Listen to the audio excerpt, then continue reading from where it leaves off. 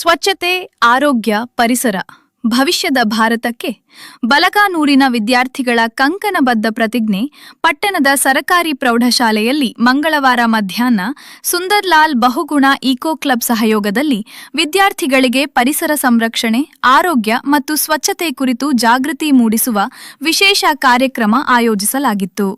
ಆ ಕಾರ್ಯಕ್ರಮದಲ್ಲಿ ವಿಶೇಷ ಉಪನ್ಯಾಸಕರಾಗಿ ಬಳಗಾನೂರು ಪಟ್ಟಣ ಪಂಚಾಯಿತಿಯ ಸಮುದಾಯ ಸಂಚಾಲಕಿಯರಾದ ಗೀತಾ ಸುರೇಶ್ ಮತ್ತು ದುರುಗಮ್ಮ ವಿರೂಪಾಕ್ಷಿ ಭಾಗವಹಿಸಿದ್ದರು. ದುರುಗಮ್ಮ ವಿರೂಪಾಕ್ಷಿ ವಿದ್ಯಾರ್ಥಿಗಳಿಗೆ ಪರಿಸರ ಸಂರಕ್ಷಣೆಯ ಪ್ರತಿಜ್ಞಾವಿಧಿಯನ್ನು ಬೋಧಿಸಿ ಸ್ವಚ್ಛತೆಯ ಮಹತ್ವವನ್ನು ತಿಳಿಸಿದರು. ಗೀತಾ ಸುರೇಶ್ ಮಾತನಾಡಿ, ಪರಿಸರ ಇದ್ದರೆ ನಾವು ಇದ್ದೇವೆ. ಪರಿಸರವೇ ಮಾನವ ಜೀವನದ ಮೂಲಾಧಾರ.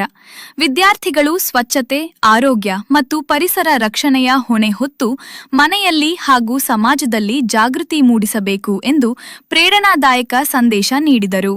ನಂತರ ಸಹಶಿಕ್ಷಕಿ ಸುನೀತಾ ಮಾತನಾಡಿ, ಪರಿಸರ ಮತ್ತು ಮಾನವನ ನಡುವೆ ಆದಿಕಾಲದಿಂದಲೂ ಅವಿನಾಭಾವ ಸಂಬಂಧವಿದೆ.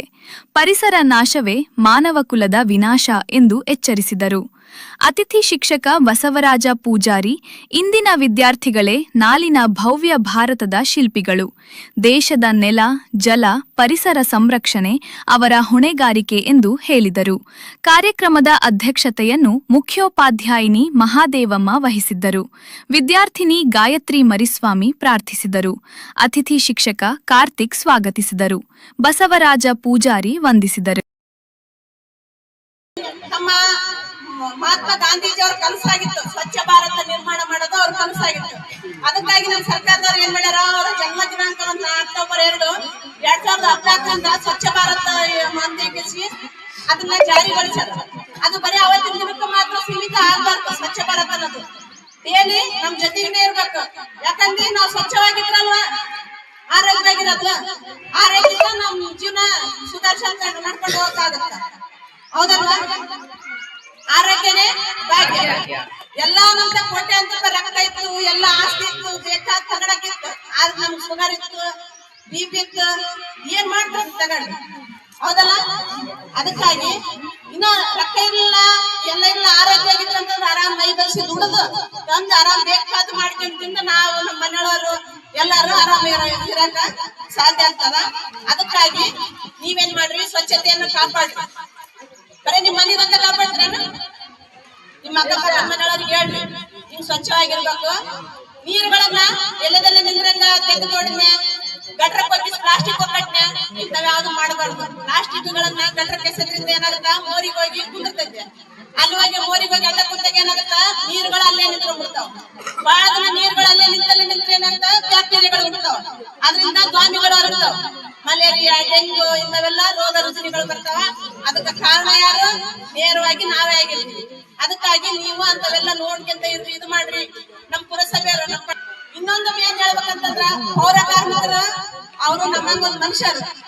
ಇಲ್ಲಿ ನಮ್ ಬಳಗನೂರಲ್ಲಿ ಏನ್ ಮಾಡ್ತಾರಂತಂದ್ರ, ಎಷ್ಟು ಗಲೀಜುಗಳನ್ನ ಹಾಕ್ತಾರಪ್ಪ ಬೀದಿಗಂದ್ರೆ ನಾವ್ ಹೇಳ್ಬಾರ್ದು. ಅದು ನೋಡಕಷ್ಟ ಅಸಹ್ಯ ಅನ್ಸ್ತೈತೆ.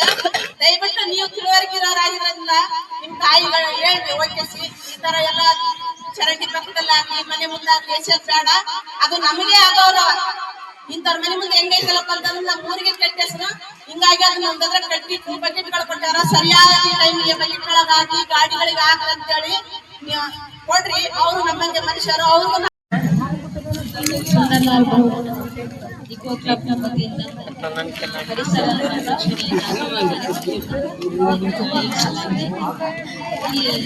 ರಕ್ಷಣೆಯ ಪರಿಸರ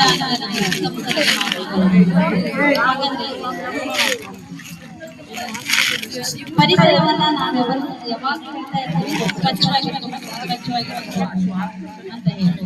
ಹಾಗಾದ್ರೆ ಸ್ವಚ್ಛವಾಗಿರ್ಬೇಕು ಅಂದ್ರೆ ಏನೇನು ಕೆಲಸ ಮಾಡ್ಬೇಕು? ಇದ್ರ ಹೊಣೆ ಯಾರ್ದು? ಯಾರ್ದು ಹೊಣೆ? ಪರಿಸರ ಸ್ವಚ್ಛವಾಗಿರ್ಕೊಳ್ಳೋದು ಅಥವಾ ನಮ್ಮ ಮನೆಯೆಲ್ಲ ಸ್ವಚ್ಛವಾಗಿರ್ಕೊಳ್ಳೋದು ಯಾರ ಹೊಣೆ? ಅದು ನಮ್ಮ ಹೊಣೆ, ಹೌದಾ? ನಮ್ಮ ಮನೆಯೆಲ್ಲ ಸ್ವಚ್ಛವಾಗಿರ್ಕೊಳ್ಳೋದು ನಮ್ಮ ಹೊಣೆ ಅಲ್ಲ. ನಮ್ಮ ಓಣಿಯೆಲ್ಲ ಸ್ವಚ್ಛವಾಗಿರ್ಕೊಳ್ಳೋದು ಕೂಡ ಯಾರ ಹೊಣೆ? ನಮ್ಮ ಹೊಣೆ. ನಮ್ಮ ಊರನ್ನ ಸ್ವಚ್ಛವಾಗಿರ್ಕೊಳ್ಳೋ ಹೊಣೆ ಯಾರ್ದು? ನಮ್ದು. ಹಾಗೆ ಇಡೀ ದೇಶವನ್ನ ಸ್ವಚ್ಛವಾಗಿರ್ಕೊಳ್ತಕ್ಕಂಥ ಹೊಣೆ ಕೂಡ ಯಾರ್ದೈತಿ? ನಮ್ಮದೈತಿ. ಹಾಗಾಗಿ ಮನೆಗೆ ಶೌಚಾಲಯವನ್ನು ಕಟ್ಸ್ಬೇಕು. ಶೌಚಾಲಯ ಇಲ್ಲ ಅಂತ ಹೇಳಿದ್ರೆ ಪಂಚಾಯತಿ ಬಂದು 1 ಲೆಟರ್ ಕೊಡ್ರಿ. ಅವ್ರು ಏನ್ ಮಾಡ್ತಾರ ಅಂದ್ರೆ ಹೊಸದೊಂದು ಕಡಿಸ್ಕೊಡ್ತಾರ. First bill, second bill, third bill, fourth bill ಅಂತ ಹೇಳಿ ಇರ್ತಾ ಆ ಕಂತು ದುಡ್ಡು ಬಿದ್ದಿಂದ ಏನಂದ್ರೆ ಹಂತವಾಗಿ ಅದನ್ನ ನಿರ್ಮಾಣ ಮಾಡಿ, ಚೆನ್ನಾಗಿ ನಿರ್ಮಾಣ ಮಾಡಿ ಅಲ್ಲೇ ಹೋಗ್ಬೇಕು ನೀವೆಲ್ಲ, ಹೌದಾ? ಆಮ್ಯಾಕೆ ಏನಂದ್ರೆ ನೀವು ಒಬ್ಬೊಬ್ಬರು ಶೌಚಾಲಯವನ್ನು ಕಟ್ಕೊಳ್ಳಲ್ಲ, ಹಾಗೆ ಬಿಟ್ಬಿಡೋದು. ಆತರ ಏನ್ ಮಾಡ್ಬಾರ್ದು. ಓಕೆ.